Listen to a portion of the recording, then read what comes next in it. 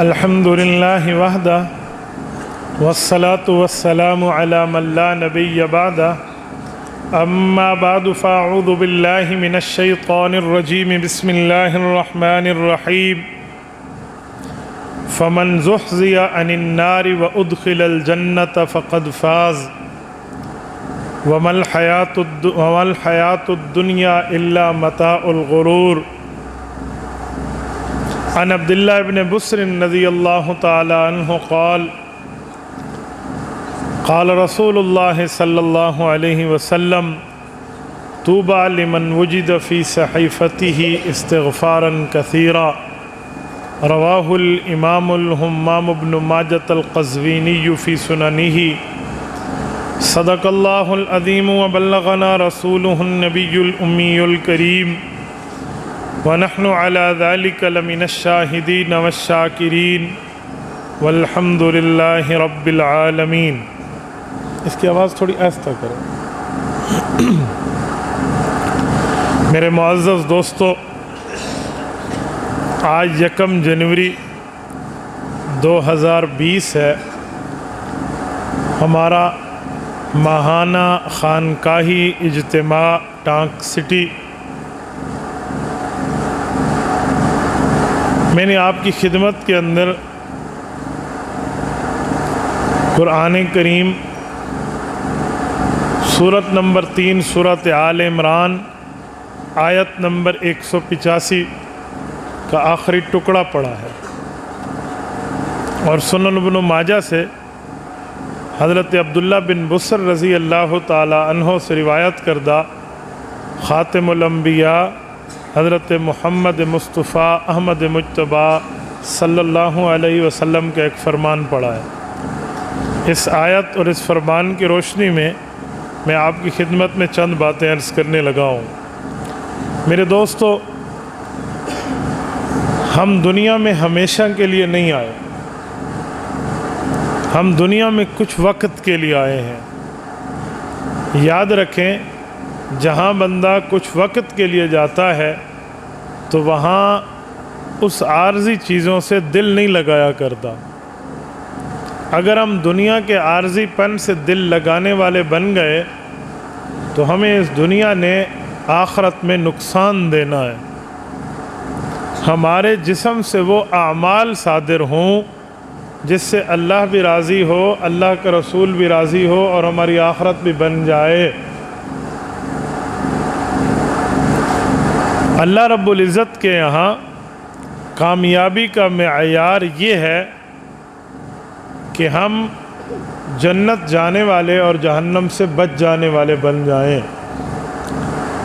یہ آیت جو میں نے خطبے میں پڑھی ہے، اس آیت کریمہ میں اللہ پاک یوں فرماتے ہیں فمن زحزح عن النار، فرمایا جو جہنم سے بچا، آگے وَأُدْخِلَ الْجَنَّةَ فَقَدْ فَازَ، اور جنت میں داخل ہوا تو یہ بندہ کامیاب بن گیا۔ سوال یہ ہے کہ ایک بندہ جہنم سے بچ جائے تو کامیاب نہیں ہے؟ نہیں، یہ آدھی کامیابی ہے۔ کیوں؟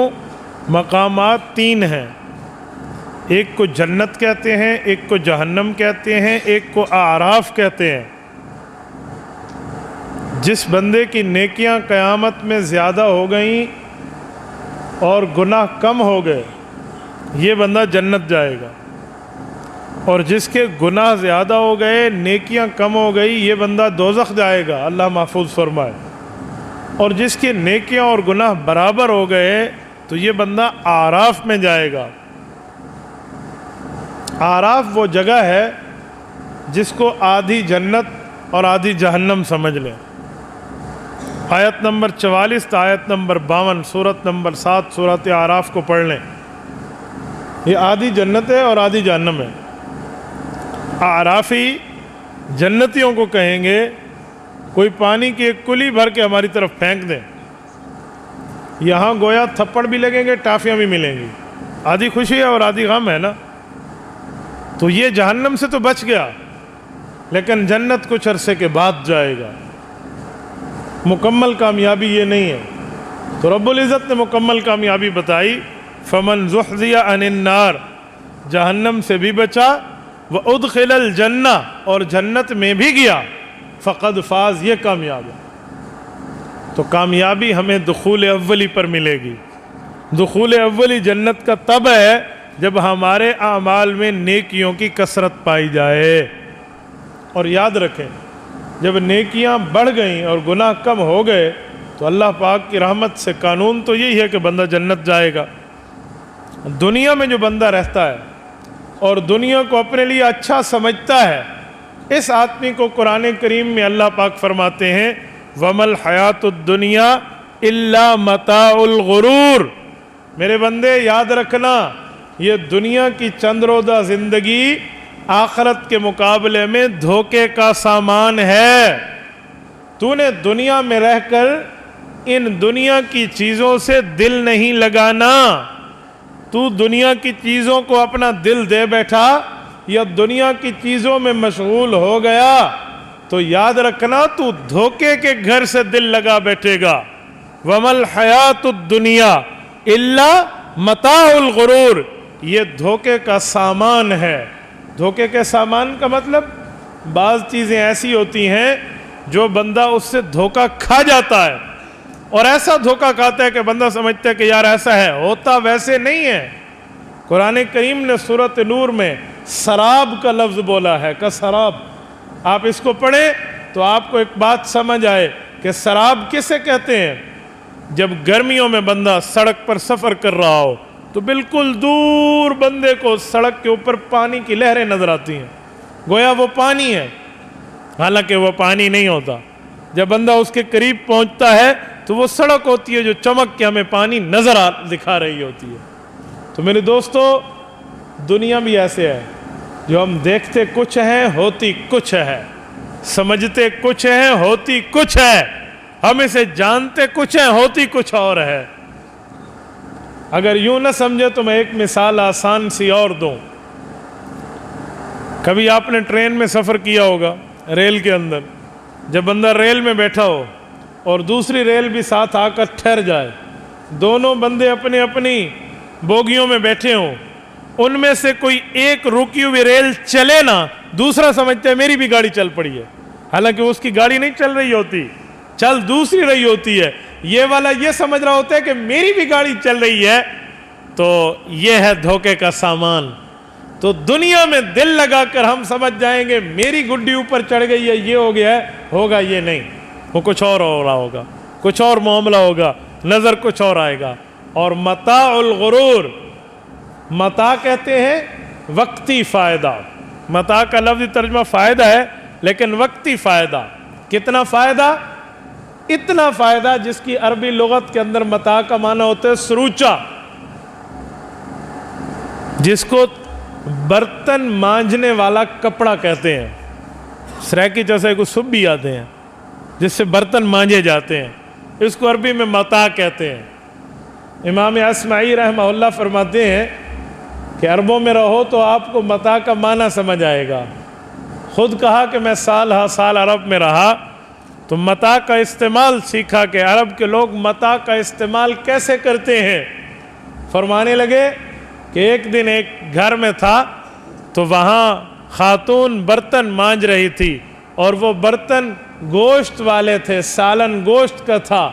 تو اس نے برتن مانجتے ہوئے وہ جو سروچا، وہ کپڑا تھا جس سے برتن کو صاف کیا جاتا ہے، وہ ایک جگہ رکھ دیا، اس سے گوشت کی بو آ رہی تھی۔ تو کتا آیا، وہ بھوکا تھا، اور کتے نے اس سروچے کو اٹھایا، اس کپڑے کو، اور پہاڑ پہ چڑھ گیا۔ تو اس نے اپنے خاوند کو کہا کہ جاء القلب واخذ المتاع وفر الى الجبل، ایک روایت میں وتعال الى الجبل، کہا کتا آیا اور ہماری متاع کو لے گیا۔ تو یہ کہتے ہیں مجھے معنی سمجھ آ گیا کہ متاع کا مطلب کیا ہے۔ تو وہ کپڑا ایک وقت کے لیے استعمال ہوتا ہے برتن میں، ایک وقت کے لیے، کوئی ہمیشہ کا فائدہ نہیں ہے۔ وہ چھوٹی سی ٹاکی ہے، وہ مل گئی تو ٹھیک ہے، نہیں تو بندہ ریت سے مانج لیتا ہے برتن کو، کوئی اور معاملات کر لیتا ہے۔ میرے دوستو، تو یہ کیا ہوا؟ اس نے کیا سے کیا سمجھ لیا۔ تو اللہ فرماتے ہیں متاع الغرور، دنیا کی زندگی یہ دھوکے کا گھر ہے، یہ مکڑی کا جالا ہے، یہ مچھر کے پر سے بھی اس کی ویلیو اللہ کے ہاں زیادہ نہیں ہے۔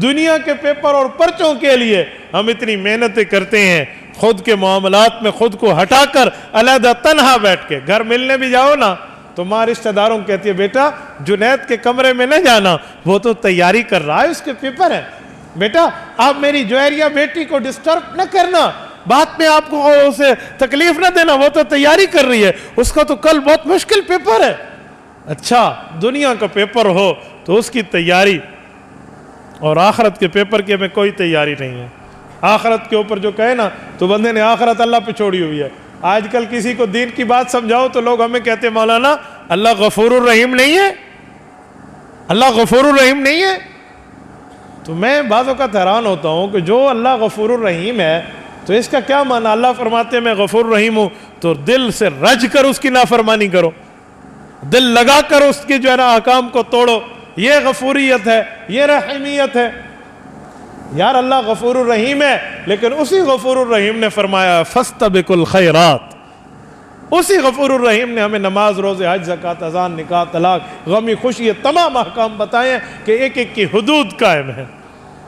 اور آج کل لوگ غلطیوں پہ غلطیاں کرتے چلے جاتے ہیں اور اس پہ بندہ سمجھتا بھی نہیں ہے۔ سنو میں ایک جملہ کہتا ہوں آپ کو سمجھانے کے لیے، میرے دوستو کبھی یہ نہ سمجھو کہ یہ دنیا میرے لیے ہمیشہ رہنے کی جگہ ہے۔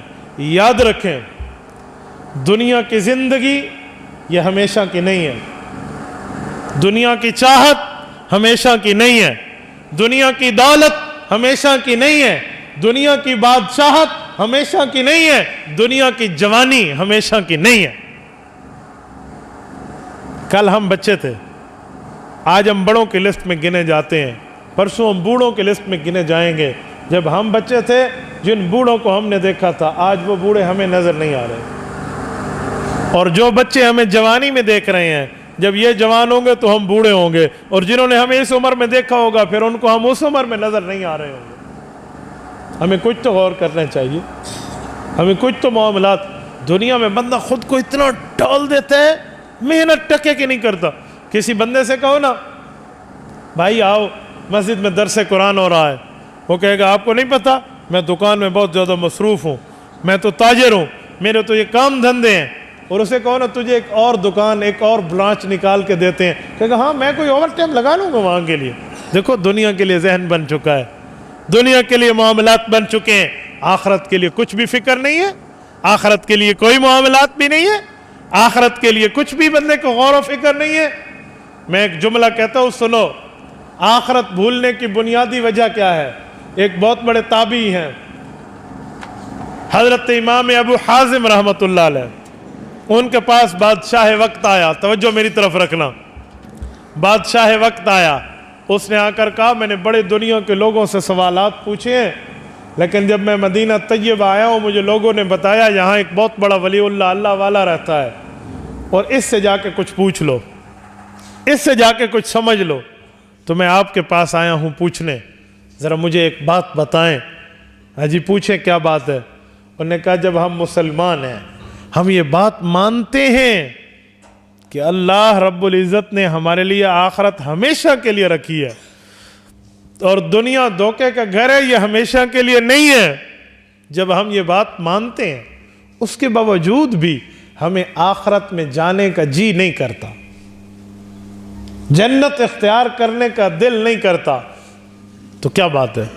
جب وہ دار البقاء ہے اور یہ دار الفنا ہے تو ہم دار الفنا کو چھوڑ کے دار البقاء کیوں نہیں جاتے؟ کہا ہمارے دل کو کیا ہو گیا؟ تو انہوں نے کہا کہ میں اگر ایک سوال کروں تو آپ مجھے اس کا جواب دینا پسند کریں گے؟ انہوں نے کہا جی حضرت پوچھئے۔ انہوں نے کہا بادشاہ سلامت اگر آپ کے دو گھر ہوں، ایک گھر شہر میں ہو ایک گھر دیہات میں ہو، جو شہر میں ہو اس کو آپ چونا کریں، پینٹ لگائیں، خوبصورت کریں، واہ لش پش گھر ہو، اور جو آپ کا گھر دیہات میں ہو آپ پوچھیں بھی نہیں، وہاں جنوں کا بسیرا ہو، کوئی حال بھی نہ ہو، مکڑی جالا تن دے اور وہاں بندہ جاتے ہی ڈرے، اور آپ کسی جگہ سے تھکے ہوئے آئیں تو کس گھر میں جانا پسند کریں گے؟ اس نے کہا ظاہری بات ہے اسی گھر میں جو فیسیلیٹیڈ ہوگا، جس میں سہولیات موجود ہوں گی، شہر کے گھر میں جانا پسند کروں گا۔ تو انہوں نے کہا کیوں؟ وہ آپ کا گھر نہیں ہے جنگل والا؟ کہا گھر تو میرا ہے لیکن وہ ویران ہے۔ تو کہا بیٹا یہی بات ہے، دنیا کے گھر پہ ہم نے اتنی محنتیں کی ہیں کہ آخرت کے گھر کو ویران کر دیا ہے۔ دنیا کے گھر پہ اتنی محنتیں کی ہیں کہ آخرت کے گھر کو برباد کر دیا ہے۔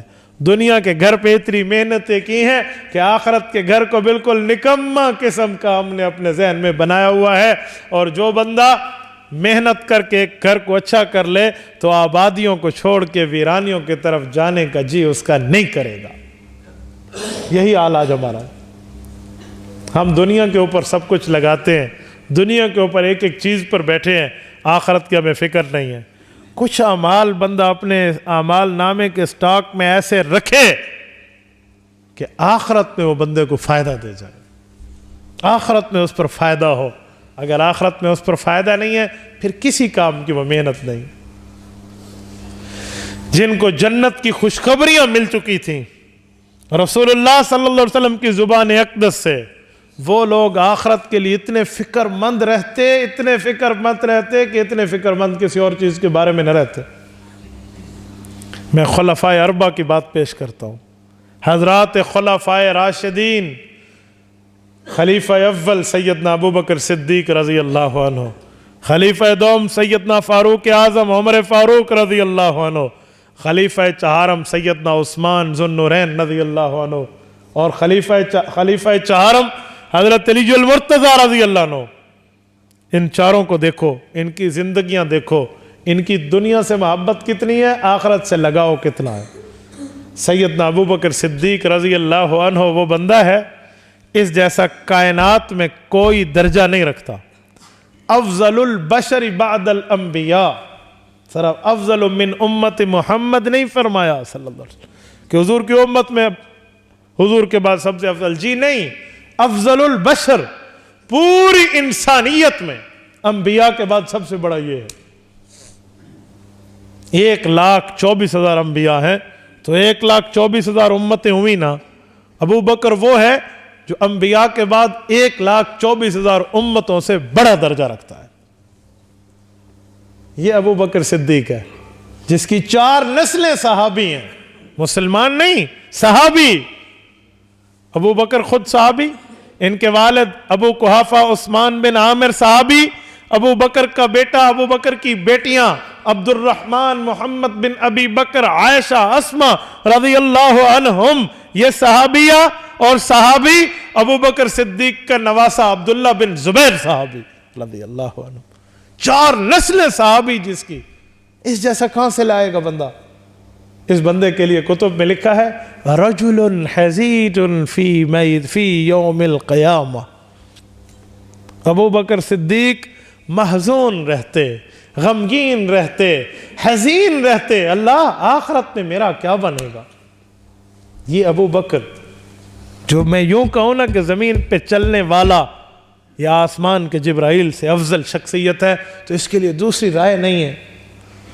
جس کے سلام آسمان سے، عرش سے فرش پر جبرائیل لایا کرتا تھا، جس کے لباس جیسا لباس فرشتوں کو رب پہنا دیا کرتا تھا، جس کو مصلی رسول اللہ نے سونپا اور امام الامت بنا دیا، جیسے مصلی رسالت اللہ نے رسول اللہ کو سونپا اور امام الانبیاء بنا دیا۔ جو حضور کا مقتدی تھا وہی نبی تھا، ایسے ابو بکر کو حضور نے مصلی امامت دیا اور فرمایا جو امتی بننا چاہتا ہے گویا وہ اس کے پیچھے آ جائے، جس نے ابو بکر کی امامت نہیں مانی وہ امت سے خارج ہوا۔ اتنا بڑا درجہ، اور یہ رجل حزین، غمگین رہتا ہے ہر وقت۔ سیدنا فاروق اعظم رضی اللہ عنہ کے لیے آئیے، جامع ترمذی میں روایت ہے لو کان بعدی نبی لکان عمر، کہ اگر رسول اللہ کے بعد کوئی نبی آنا ہوتا سیدنا عمر فاروق رضی اللہ تعالیٰ عنہ کا سر مبارک اس لائق تھا کہ اس پر نبوت کا تاج رکھا جاتا، کندھے اس قابلیت اور صلاحیت کے مالک تھے کہ ان پر تمغہ نبوت سجائے جاتے۔ یہ عمر فاروق ہے، اس کے لیے کان کثیر البقاء فی یوم القیامہ، قیامت کے بارے میں عمر فاروق زیادہ رونے والے بندے تھے، کثیر البقاء، زیادہ رویا کرتے تھے۔ فاروق اعظم جس کے ایک کوڑے پہ زمین کا زلزلہ رکے، جس کی آواز ساریہ بن زنیم تک ہوائیں لے کر چلے، جس کی چادر سے ہررا کی آگ بجھے، جس کے خط سے دریائے نیل چلا اور قیامت تک چلتا رہے۔ کان کثیر البقاء، وہ اس مسئلے پر زیادہ رونے والے تھے۔ اللہ کے قرآن کی آیت پیش کرتے فَلْيَضْحَكُوا قَلِيلًا وَلْيَبْكُوا كَثِيرًا، کہ اللہ فرماتے ہیں کہ آپ آخرت کے لیے رونے والے زیادہ بنو، ہنسنے والے کم بنو۔ آخرت کی اتنی فکر۔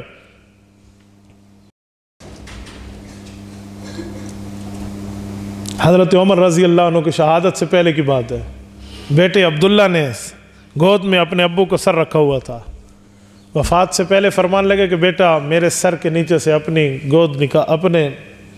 ران کو، اپنی گود کو نکال لو۔ زمین پہ رکھا سر اور مٹی پہ رگڑ کے کہا عمر اگر رب تجھ سے راضی نہ ہوا تیری زندگی برباد ہو گئی۔ جس کے لیے فرمایا گیا کہ اگر شیطان بھی اسے دیکھے نا وہ راستہ بدل دیتا ہے کہ یار عمر آ رہا ہے۔ وہ اپنے اللہ سے اتنا لاؤ لگائے ہوئے ہے۔ جب امیر المؤمنین بنے تو صحابہ اکرام سے مشورہ کر کے پوچھا کہ شیطان بہت ظالم ہے، کسی موقع پر کہیں مجھے گمراہ کرنے کی کوشش نہ کرے، تو کوئی ایسا جملہ مجھے بتاؤ جو میں اپنے سامنے لکھوا لوں یا اپنی انگوٹھی میں کندھا کرا لوں، جب کوئی مسئلہ ایسے ڈگمگانے والا آئے، کوئی فیصلہ آئے جس پر میرا کوئی جی للچانے لگے تو میں اس کو دیکھوں اور مجھے اللہ یاد آ جائے اور میں وہ دنیا کی چیز چھوڑ دوں۔ تو صحابہ کے مشورے سے ایک لفظ لکھا گیا تھا کفا بالموت واعظا، اے عمر موت کو یاد کر لو، یہ بہت بڑی نصیحت ہے۔ یہ حضرت عمر کے سامنے لفظ لکھا ہوا ہوتا تھا۔ سیدنا عثمان ذو النورین رضی اللہ عنہ، جامع ترمذی میں حدیث موجود ہے، فرمایا القبر اما روضۃ من ریاض الجنہ او حفرۃ من حفر النیران۔ اللہ کے رسول صلی اللہ علیہ وسلم کی روایت حضرت ابو سعید خدری، حضرت مالک بن سنان بن وہیب رضی اللہ عنہ بیان فرماتے ہیں۔ ابو سعید خدری کا اصل نام مالک بن سنان ہے۔ فرماتے ہیں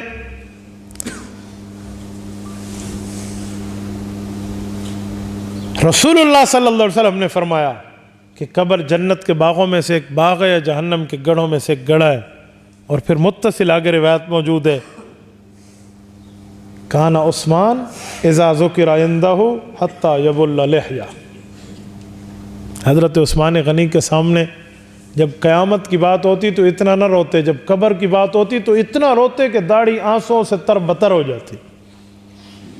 کسی نے پوچھا کہ قیامت بھی تو سخت ہے لیکن قبر پہ آپ اتنا روتے ہیں، اس کی کوئی خاص وجہ؟ فرمان لگے میرا بیٹا ھذا اول منزلۃ من منازل الآخرہ ما نجا منہ فما بعدہ ایسر، کہا یہ آخرت کی منزلوں میں قبر پہلی منزل ہے، اگر اس سے بچ گیا کامیاب ہو گیا، بعد کی تمام منزلیں آسان ہو جائیں گی۔ عثمان ذو النورین، جامع القرآن و ناشر القرآن، جس کے لیے رسول اللہ فرماتے ہیں تستحی منہ ملائکۃ الرحمن رضی اللہ عنہ، کہ رب کے فرشتے اس سے حیا کرتے ہیں۔ فرماتے ہیں جس دن سے رسول اللہ کے اس ہاتھ میں ہاتھ دے کر بیعت کی، پوری زندگی اپنا دایاں ہاتھ شرمگاہ کو نہیں لگایا۔ غسل خانے میں بھی جو تہبند پہن کے نہائے، جس کی شرم اور حیا کی داستانیں، اس لیے تو کہتے ہیں کہ گر شرم و حیا کی کوئی داستان لکھے گا ہمیں یقین ہے ہاں سیرت عثمان لکھے گا۔ یہ عثمان غنی رضی اللہ عنہ، اندازہ لگا لیں آخرت کی فکر کتنی ہے۔ رسول اقدس صلی اللہ علیہ وآلہ وسلم کی 2 بیٹیوں کے شوہر ہیں، یک کے بعد دیگرے دونوں ملی ہیں۔ اس پوری کائنات میں اگر ایک سوال کیا جائے نا کہ ایسا بندہ لے کر آؤ جس کے نکاح میں نبی کی 2 بیٹیاں یک کے بعد دیگرے ہو، اکیلا حضرت عثمان ہے۔ 1,24,000 امتیں خالی ہیں اس سے، 1,23,999 امت ایک طرف اور حضور پاک کی امت ایک طرف۔ یہ عثمان غنی نکلے گا جو ہے نا کیا کہتے ہیں فیض سے مستفیض نظر آتا ہے۔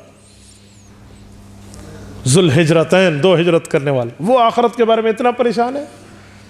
سیدنا علی المرتضی رضی اللہ عنہ کو کھولیے، زرار ابن زمرہ کنانی حضرت علی المرتضی رضی اللہ تعالیٰ عنہ کے غلام ہیں۔ مصنف ابن ابی شیبہ میں امام ابو بکر ابن ابی شیبہ نے روایت ذکر کی ہے، کوفہ کی جامع مسجد میں علی المرتضی بیٹھے ہوتے جس جگہ شہادت ہوئی ہے سیدنا علی المرتضیٰ کرم اللہ وجہہ کی، اور فرماتے یا صفرا یا بیضا غری غیری اغررتنی قد ابدتک الثلاث، اوے دنیا کے پیلے رنگ والو، اوے دنیا کی سفیدی، تو کسی اور کو دھوکہ دے، اس علی نے پیغمبر کے در سے، پیغمبر کی گھاٹ سے پانی پیا ہے، میں تیرے دھوکے میں نہیں آتا، غری غیری، میرے غیر کو جا کر دھوکے میں ڈالنا، میں تم سے 3 طلاق دے کر دنیا کی رنگینیوں کو خود سے جدا کر چکا ہوں۔ میرے دوستو، علی المرتضیٰ رضی اللہ عنہ، اس جیسا بندہ کائنات میں کہاں سے لاؤ گے؟ اللہ رب العزت نے جس کو مقام دیا، رسول اللہ معراج سے واپس آئے، فرمایا علی اس بات پہ راضی ہو، میں جنت میں تیرا گھر اپنے گھر کے سامنے دیکھ کر آیا ہوں۔ یار ہمیں جنت میں جوتیوں کی جگہ جانے کی بھی ابھی تک گارنٹی نہیں ہے، جس کو جنت میں اپنا بنگلہ الاٹ ہونے کی خوشخبری رسول اللہ دے کر جائیں، وہ دنیا کے لیے یوں فکر مند ہے اور آخرت کے لیے یوں بیٹھے۔ ایک موقع پہ رسول اللہ جنگ تبوک کے سفر پہ جا رہے تھے، سیدنا علی المرتضیٰ رضی اللہ عنہ کو اللہ کے رسول نے مسجد نبوی میں اپنی نیابت میں بٹھایا، کہا پیچھے علی آپ نمازیں پڑھانا۔ جب وہ جانے لگے تو حضرت علی المرتضیٰ کے دل میں آیا ترکتنی فی البنین، کہ یا رسول اللہ آپ نے مجھے بچوں میں چھوڑ دیا، مجھے عورتوں میں چھوڑ دیا، مجھے معذوروں میں چھوڑ دیا۔ بہادر آدمی ہے، جوان ہے، شیر خدا ہے، تو جنگ میں پیچھے رہ جاؤں؟ کہا مجھے آپ نے یہاں چھوڑ دیا۔ تو اللہ کے رسول نے ان کی دلجوئی کے لیے فرمایا اما ترضى ان تكون منی بمنزلۃ ہارون من موسیٰ الا انہ لا نبی بعدی۔ علی جیسے موسیٰ اور ہارون بھائی تھے اور موسیٰ کے بعد ہارون علیہ السلام کا معاملہ تھا، تو تیرا اور میرا بھی تعلق ویسے ہے جیسے موسیٰ اور ہارون کا ہے، لیکن حضرت موسیٰ کے بعد نبوت جاری تھی، میں آخری نبی ہوں، میرے بعد نیا نبی نہیں آئے گا۔ اور یاد رکھو، میں ایک ذہن میں آئی تو ایک جملہ کہتا جاؤں، حضرت علی المرتضیٰ وہ آدمی ہے، جب مواخات مدینہ ہوئی تھی نا، حضور علیہ السلام نے 54 مہاجرین کو 54 انصاریوں کے بھائی بنائے تھے، تو 53 کے بنائے تھے، 54 نمبر پہ حضرت علی کا بھائی کسی کو نہیں بنایا۔ حضرت علی کی مواخات اپنے ساتھ کی تھی حضور نے، کہ علی میرا بھائی رہے گا۔ سیدنا علی المرتضیٰ رضی اللہ عنہ کا کیا مقام ہوگا، کیا مرتبہ ہے؟ میں ایک لفظ میں کہتا ہوں، جنت جس کے گھر کی نوکرانی ہے۔ آپ میرا جملہ سمجھے نہیں ہے، میں دلیل لاتا ہوں۔ الحسن والحسین سیدہ شباب اہل الجنہ، حضرت حسن اور حضرت حسین رضی اللہ عنہما جنتی نوجوانوں کے سردار ہیں۔ سیدہ فاطمہ سیدۃ نساء اہل الجنہ، مسلمانوں کی جنت کی خواتین کی سربراہ ہے۔ جو جنت کی عورتوں کی مالکن ہے وہ علی المرتضیٰ کے بستر کی عزت ہے، جو جنتی نوجوانوں کے سردار ہیں وہ علی المرتضیٰ کی اولاد ہے۔ یہ تو اپنے گھر میں یوں لے کر بیٹھے ہیں جنت کو۔ اس جیسا بندہ کہے کہ دنیا تو مجھے دھوکہ نہ دے، غری غیری، کسی اور کو جا کر دھوکہ دینا۔ میرے دوستو، یہ مصنف ابن ابی شیبہ کی کبھی صفحے کو بندہ پڑھے نا تو دل کی حالت بدل جاتی ہے کہ یار یہ کون سا بندہ اور کیا جملہ کہہ رہا ہے۔ ان کو یوں دنیا سے نفرت اور آخرت کے ساتھ یوں لگاؤ ہے، جن کی جنت کی مہریں اللہ کی طرف سے رضی اللہ عنہم ورضوا عنہ اتر چکی ہے۔ اولئک ہم خیر البریہ، بر سے نکلا ہے نا خشکی، اس خشکی پر جتنی زندگی ان میں سب سے افضل یہ پیغمبر کے صحابہ ہیں، خیر البریہ۔ ان لوگوں کو تو آخرت کی جو فکر تھی۔ امام حسن بصری، خواجہ حسن بصری رحمہ اللہ فرماتے ہیں، حسن بصری بہت بڑی شخصیت ہے، بہت بڑی شخصیت ہے۔ اس کے لیے میں صرف اتنی بات کہتا ہوں، جس نے رسول اکرم صلی اللہ علیہ وسلم کی بیوی کا دودھ پیا ہو تو یہ رسول اللہ کا رضائی بیٹا نہ ہوا؟ سیدہ ام سلمہ رضی اللہ عنہا حضور پاک کی بیوی ہیں۔ ابو سلمہ فوت ہوئے ہیں تو سلمہ بیٹے کے ساتھ لے کر ام سلمہ کا نکاح حضرت رسول اللہ سے ہوتا ہے۔ ام سلمہ کے گھر میں خواجہ حسن بصری کی اماں کام کیا کرتی تھی، یہ چھوٹے تھے، شیر خوار تھے، تو امی کسی کام میں مصروف اور بچہ ماں کے دودھ کے نہ پلانے پر بل بلا کر رویا، ام المؤمنین سیدہ رضی اللہ عنہا نے انہیں دودھ پلایا ہے۔ خواجہ حسن بصری ام المؤمنین کی اولاد بنتے ہیں۔ یہ فرماتے ہیں میں 500 صحابہ کرام سے ملا ہوں، ہر صحابی کو دنیا سے نفرت اور آخرت کا فکر مند پایا ہے۔ 500 صحابہ کا شاگرد ہے، بہت بڑا تابعی ہے امام حسن بصری، تو آخرت کی تو انہیں اتنی یاد ہے، اور ہم آخرت کے بارے میں ذرہ برابر بھی فکر مند نہ ہو۔ میرے دوستو یاد رکھیں، جس کو جتنا بندہ سامنے رکھے گا اس پر اتنی محنت کرے گا۔ آج ہم نے دنیا کو سامنے رکھا، دنیا پر محنتیں چل رہی ہیں، آخرت کو سامنے رکھیں گے، آخرت پر محنتیں کریں گے۔ امام زین العابدین جن کا نام علی ہے، سجاد انہیں کہتے ہیں، کربلا کا غازی ہے، سیدنا حسین ابن علی رضی اللہ عنہ کا جانشین اور فرزند ارجمند ہے، حضرت علی المرتضیٰ کے پوتے ہیں، امام باقر کے والد ہیں۔ امام زین العابدین جا رہے تھے تو کسی خارجی نے ان کے بارے میں ایک نازیبہ کلمہ کہا، انہوں نے خود بھی جواب نہیں دیا، ساتھیوں کو بھی روک دیا، اور اسے کہا کہ کیوں اس کے بارے میں تم پریشان ہوتے ہو؟ اگر میں پل صراط سے امن امان میں گزر گیا کل قیامت کے اندر تو مجھے اس کی گالی کی کوئی پرواہ نہیں ہے، اور اگر پل صراط پہ مجھے روک دیا گیا تو میں اس سے زائد بات کا مستحق ہوں۔ وہ تو یوں آخرت کو لیتے تھے، یار یہ پل صراط پہ روکے جائیں گے، یہ ہو سکتا ہے زین العابدین، امام زین العابدین کو روکا جائے گا، جس کا والد جنتی نوجوانوں کا سردار ہے، اسے روکا جائے گا؟ لیکن وہ پھر بھی اپنے لیے ایسے فکر مند ہے۔ یہ ہمیں سمجھایا اور بتایا جا رہا ہے، ہمیں کچھ فکر مند کیا جا رہا ہے۔ یاد رکھیں فکر مندی بہت بڑی چیز ہے، بے فکر نہ ہوا کریں، آخرت پر سوچا کریں۔ مسلمانوں کے لیے بہت نعمتیں ہیں، کافروں کے لیے کچھ بھی نہیں ہے۔ مسلمانوں کے لیے بہت وعدے ہیں، کافروں کے لیے کچھ بھی نہیں ہے۔ اللہ رحمان فی الدنیا و رحیم فی الآخرہ وکان بالمؤمنین الرحیمہ۔ علماء نے لکھا اللہ کی رحمت مومن کے ساتھ جنت تک چلے گی، لیکن ہمیں اللہ کا نافرمان بندہ تو نہیں بننا چاہیے۔ رب کی غفوریت اور رحیمیت کی صفت کو دیکھ کے گناہوں پر جری تو نہیں ہونا چاہیے۔ اللہ دلوں کے بھیدوں کو خوب واقفیت بھی رکھتے اور جانتے بھی ہیں، تو ہمارے دل کی کیفیت کیا ہے، ہمارے دل کا معاملہ کیا ہے؟ ہمیں دنیا کے غموں سے نجات مل کے آخرت کا غم دل میں اپنا لینا چاہیے۔ اور جب ابو بکر رجل حزین ہے، عمر کثیر البکا ہے، عثمان طب اللہ لہجہ ہے، علی المرتضیٰ دنیا سے لڑ رہا ہے، تو ہم کہاں کس کھیت کی مولی بنیں گے؟ ہمارا شمار کہاں ہوگا؟ تو یہی قرآن کریم نے کہا فَمَنْ زُحْزِحَ عَنِ النَّارِ، جو جہنم سے بچا، وَأُدْخِلَ الْجَنَّةِ، اور جنت میں پہنچا، فَقَدْ فَاز، لوگوں کامیابی یہ ہے، یہ کامیابی ہے، اسے کامیابی کہتے ہیں۔ تو آج ہمارے معاملے بھی یوں ہونے چاہیے کہ ہمیں دنیا سے ایسے نکلنا ہو کہ جنت کے ہم مستحق بن چکے ہوں، جہنم ہمارے اوپر حرام ہو چکی ہو۔ ہمارے سامنے وہ اعمال ہونے چاہیے، وہ طریقے ہونے چاہیے، وہ ترتیبیں ہونے چاہیے۔ یوں کریں گے اللہ رب العزت ہمیں عطا فرمائیں گے، اور اگر ہم نے یہ نہ کیا تو ہم ناکام رہیں گے۔ اللہ ہمیں عمل کی توفیق عطا فرمائے۔ اقول قولی ھذا واستغفر اللہ وآخر دعوانا ان الحمد للہ رب العالمین۔ اللہ اللہ اللہ